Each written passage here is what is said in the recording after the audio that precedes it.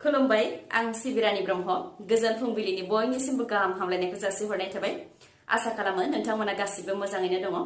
नोंथांमोननि थाखाय आं गोदान मोनसे भिडिअ लानानै फैबावबाय अन्नानै भिडिअखौ जोबजासिम नायलांदो फानबारि हाग्रा मावख'नि हाग्रा बिफान आरो फानबारि पुलिसनि जथाय अपारेशनाव साथाम मैहुर खालामग्राफोरखौ हमनो हानायजों लोगोसे मैहुर खालामनायाव बाहायनाय गंनै आखाइजों बानायनाय सिलाइ बायदि रोखोमनि हाथियार आरो हाग्रानि जिब जुनारनि अंगफोरखौबो हमनो हादों हमजानाय साथाम सिखारिफोरनि मुङा जाहैबाय फारियै 27 बोसोर बैसोनि अशोक ब्रह्म 25 बोसोर बैसोनि धनसिं गयारी आरो 40 बोसोर बैसोनि बेरग मुसाहारि चिरां जिल्लानि सिङाव थानाय बिजनी साब डिभिजननि फानबारि 2 नं खोदोमगुरि गामिनिफ्रायनो हमनो हादों बिसोर साथामखौ हमनो हानायनि सायाव हाग्रा बिफाननिफ्राय फोरमायथिनाय बायदिब्ला हाग्रानि बेदर बायलाय फानलाय जानायनि फालांगि जानायखौ खौरां मोननायनि उनावनो पुलिस आरो हाग्रा बिफान जथाय सिग्रोमनायनि हाबाखौ मावदोंमोन होननानै फोरमायथिदों बेयावनो अशोक ब्रह्म धनसिं गयारी आरो बेरग मुसाहारिखौ हमनो हादों होननानै फोरमायथिदों आरो बिसोरनाव सोंनाय फिननाय लानायनि उनावनो दोनखुमानाय आखाइजों बानायनाय गंनै सिलाइखौ हमनो हादों बेनि अनगायैबो सिखा आरो जुनारनि अंग बेनि अनगायैबो हा सिङाव फबनानै दोननाय बेदर गोरानबो हमनो हादों होननानै फोरमायथिदों हमजानाय साथाम सिखारिनाव सोंनाय फिननाय लानायनि उनाव बेखौनो मिथिनो मोनबावदों दि बे सिखारि खालामनायाव आरोबाव साथाम सुबुंनि आखाइ दंबावो मुङा धनसिं ब्रह्म मंगल सिं गयारी आरो मिथुन मुसाहारि होननानैबो फोरमायथिदों हाग्रा बिफाननिफ्राय आरो बेसोर साथामखौबो हमनो थाखाय हाग्रा बिफाना नाजागासिनो दं होननानैबो फोरमायथिबावदों एमएलए जयन्त बसुमतारी बिथाङा 52 लाख रांनि दालाय सावस्रि मिरु लुनो थाखाय अन्थाइ खाम्फा गायसनदों 19 नं सिडली बियाबनि एमएलए जयन्त बसुमतारी बिथाङा खुंख्राजरा बिसिडिसिनि सिङाव दालाय सावस्रि मिरु लुनो थाखाय अन्थाइ खाम्फा बेखेवदों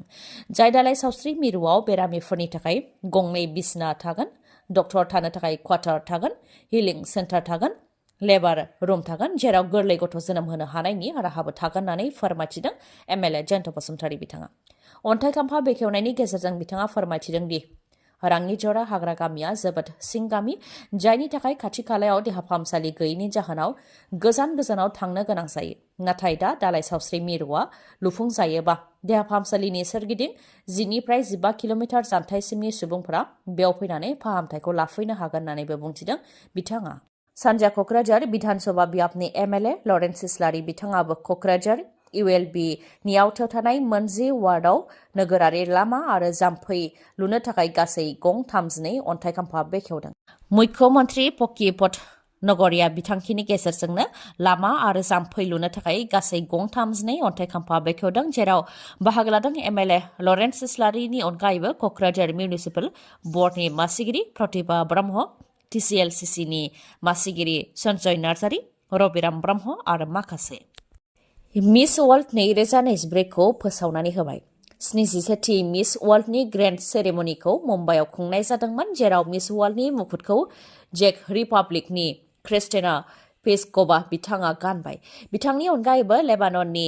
यास्मिना जेटाउन बिथाङा फार्स्ट रानार आप जानो हादों सोरखाराव थानाय दैदेनगिरिफ्रा दासान्दि अन्थाइ खाम्फा गायसनबाय थानाया बिसायख'थिनि ललिपपसो बे खोथाखौ बुंथिदों डिजेपिनि दैदेनगिरि फार्मिनास नार्जारिया जायनाखि दासान्दि सोरखाराव थानाय दैदेनगिरिफ्रा खामानि मावनो थाखाय जायगा अन्थाइ खाम्फा गायसनदों बेनि सायाव फार्मिनास नार्जारिनि बिबुंथि बिथाङा बुंथिदों दि इउपिपिएलनि दैदेनगिरिफ्रा अन्थाइ खाम्फा गायसनबाय थानाया बिसायख'थिनि ललिपपसो 3 बोसोराव जेबो खामानि मावासै बेनिखायनो भट मोननाय नङा साननानै हाखु दाखु गावसोरनि दैदेनगिरिफोरखौ बुंनानै जेराव मेराव अन्थाइ खाम्फा गायसनलागासिनो दं नाथाय बेफोरनि खामानिया 10-20 बोसोरनि उनावबो मावजागोन ना मावजाया जेबो थिक गैया बेखौ रायजो राजाफ्रा बुजिनो नांगोन होननानै बुंथियो लोगोसे बुंथिबावदि बिथांमोननि सोरखारा एसेबां खामानि मावग्रामोनबा आरो बिथांमोननियाव खामानि मावनो थाखाय एसेबां फान्ड दंब्ला सिगाङाव मानो खामानिखौ मावाखै बेनिखायनो बेफोर गासैबो ललिपपसो होननानै बुंथियो बिथाङा लोगोसे बिपिएफ दोलोखौ मदद होनायनि सायावबो बुंथियो दि बिटिआर गोरोबथा जानायनि उनाव जोंनि हालामाव मा जादों बेनि सायाव बिजिरबाय थानाय जादोंमोन नाथाय 2003 मायथाइनि बिटिसि गोरोबथानि गेजेरजों जोंखौ रैखाथि होनो थाखाय जोंनि ओनसोल आरो ट्राइबेलफोरखौ रैखाथि होनो थाखाय जि गोरोबथा जादोंमोन बे गैया जालांदों जेराव 2003 मायथाइनिफ्राय जोंहा बिटिसिआव गोख्रों खुंथाय दंमोन होननानैबो फोरमायथियो। बिटिसि गोरोबथानि गेजेरजों 6 शेड्युलनि गोहो मोननायखौ बिटिआर गोरोबथानि गेजेरजों लोरबां खालामदों, जेरावनाखि बिटिसि गोरोबथानि गेजेरजों बर' रावा 8थि फारियाव जायगा मोनदोंमोन, नाथाय बिटिआर गोरोबथानि गेजेरजों बर' रावखौ आसामनि लोगो राव महरैसो खालामदों, जेरावनाखि बर' रावा 8थि फारियाव जायगा मोनखानाय लेखायै गुबुन राव जेरै हिन्दी, बेंगली, एसामिस बेफोर रावजों समान जायगा मोनखानायमोन, नाथाय बिटिआर एकर्डनि गेजेरजों बर' रावखौ आसामनि लोगो राव महरै बानायदों, जेरावनाखि बर' रावा आसाम स्टेट लेंगुवेजसो जानो नांगौमोन। गुबुन रायजो सिक्किमावबो मोन 7 रावानो स्टेट लेंगुवेज होननानैबो बुंथियो, जायनाखि 1956 एसआरसि आर्टिकल 2(3) नि बायदियै रावनि सायाव बिथा खालामनानैबो रायजो दाबिनो हानायनि मोन्थाय दं। बेनिखायनो बेखौ सोलो खालामनानै बेबायदि खालामदों होननानै बुंथियो। बेनिखायनो बेफोरखौ नायनानै बिटिसिखौ दाग्रा हाग्रामा महिलारिखौ मदद होआब्लानो जेबो रैखा गैला होननानैबो बुंथियो डिजेपिनि दैदेनगिरिया। सिमलानि दावधारा दुलाराय बर' फरायसा आफाद, सिके दखरा दुलाराय बर' फरायसा आफाद आरो ओनसोलनि माखासे लाइमोनफोर जयैनो लोगो नांनानै ड्राग्स जाग्रा आरो फानग्राखौ हमनो हादों। हमजानाय सानैनि मुङा देबजित सोरगियारि आरो कृष्णा गयारि। दावधारा चकनिफ्रायनो हमनो हादों। बिसोरखौ फोरमायथिनाय बायदिब्ला देबजित सोरगियारि आरो कृष्णा गयारि सानै सुबुङा दावधारा चकनि एमइ स्कुलनि साखाथियाव थानाय कमिउनिटि हलाव ड्राग्स जानायजों लोगोसे फालांगि खालामनायनि खामानिखौ मावगासिनो दंमोन। बेखौ ओनसोलनि माखासे लाइमोनफोरा नुदोंमोन, नाथाय हमहैनो थाखाय साहस हायाखैमोन। जाहोनाव बिथांमोना दुलाराय बर' फरायसा आफादनो मिथिहोनायनि उनावनो जयै लोगो नांनानै बिसोरखौ बेंखनदों। बेनि उनाव देबजित सोरगियारि आरो कृष्णा गयारिखौ हमनो हादों, लोगोसे बिसोरनिफ्राय 25 कन्टेनार आरो माखासे ड्राग्सबो हमनो हादों होननानै फोरमायथिदों। उनाव जाथायनि सोमोन्दै सिमला थानानि असिनो खौरां हरनायनि उनाव पुलिसनि आखायाव गथायनानै हरदों होननानैबो फोरमायथिदों बिथांमोनहा।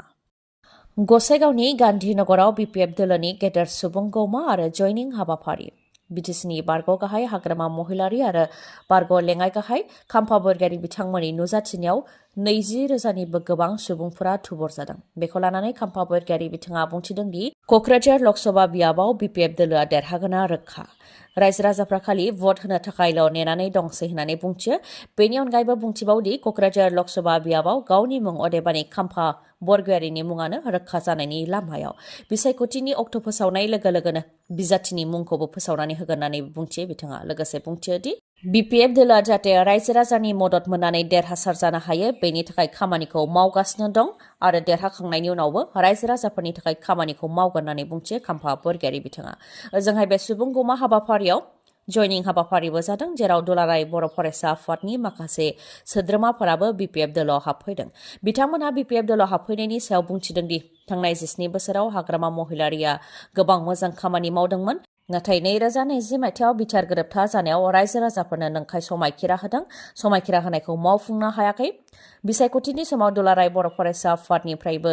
गिदिंथिंनानै रायजो राजाफोरनो गोबां खोथा होदोंमोन, नाथाय खोथा होनाय बायदियै खामानिखौ मावनो हायाखै, जायनि थाखाय रायजो राजाफ्रा जोंनि सायाव दुखु मोननाय दं। बेनिखायनो दुलाराय बर' फरायसा आफादनिफ्राय ओंखारनानै बिपिएफ दोलोआव हाबदों होननानै फोरमायथियो बिथांमोनहा।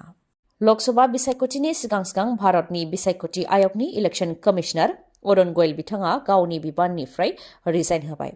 अरुण ग'यल बिथाङा गावनि रिजाइनेसनखौ प्रेसिडेन्टनो गथायबाय आरो बिथांनि आर'जलाइखौबो गनायबाय प्रेसिडेन्टआ। नाथाय मा जाहोननि थाखाय बिथाङा बिसायख'थिनि माखासे सान सिगांसो बिबाननिफ्राय ओंखारखो, बेनि सोमोन्दै दासिमबो जेबो मिथिनो मोननाय जायाखै बा बिथाङा बेनि सायाव दासिमबो जेबो फोरमायथिनानै होआखै। प्रमद बर' दैदेननाय इउपिपिएल सोरखारा माइनाव सोरां बिथांखिनि गेजेरजों सेल्फ हेल्प ग्रुपनो रांनि चेक गथायदों। पर्बतजरा, गसाइगाव, क'क्राझार आरो चिरां जिल्लानि 1,700नि गोबां सेल्फ हेल्प ग्रुपफोरनो 25,000 रांनि चेकखौ गथायदों। बे चेक राननाय हाबाफारियाव बाहागो लानानै बिटिसिनि गाहाय प्रमद बर' बिथाङा फोरमायथिदों दि थांनाय बोसोराव 3,800 सेल्फ हेल्प ग्रुपफोरनो 25,000 रांनि चेकखौ होनाय जादोंमोन। बे बोसोराव 6,000 सेल्फ हेल्प ग्रुपनो 25,000 रांनि चेक गथायनो थांखि लादों। बेनि मादाव सालबारि, बिजनी, मसलपुर साब डिभिजननि सेल्फ हेल्प ग्रुपफोरनो राङारि अनसुंथाइखौ होनाय जाखाबाय होननानै फोरमायथिदों आरो बे 6,000निफ्रायनो दा 1,700नि गोबां सेल्फ हेल्प ग्रुपफोरनो राङारि अनसुंथाइखौ होनाय जादों होननानै फोरमायथिदों। बेनि अनगायैबो आसाम सोरखार आरो भारत सोरखारनिसिमबो साबायखर बावहरो प्रमद बर' बिथाङा आरो रायजो राजाफोरनि मददाव प्राइम मिनिस्टार नरेन्द्र मदि बिथाङा 3थि खेबनि थाखाय प्राइम मिनिस्टार जानो थांगासिनो दं होननानैबो फोरमायथियो। दिनैनि भिडिअआ एसेनोसै गाबोन फिन लोगो मोनफिनबावगोन नोंथाङा जुदि आंनि भिडिअखौ मोजां मोनदोंबा लाइक कमेन्ट आरो शेयार खालामनो दाबाव गोजोन्थों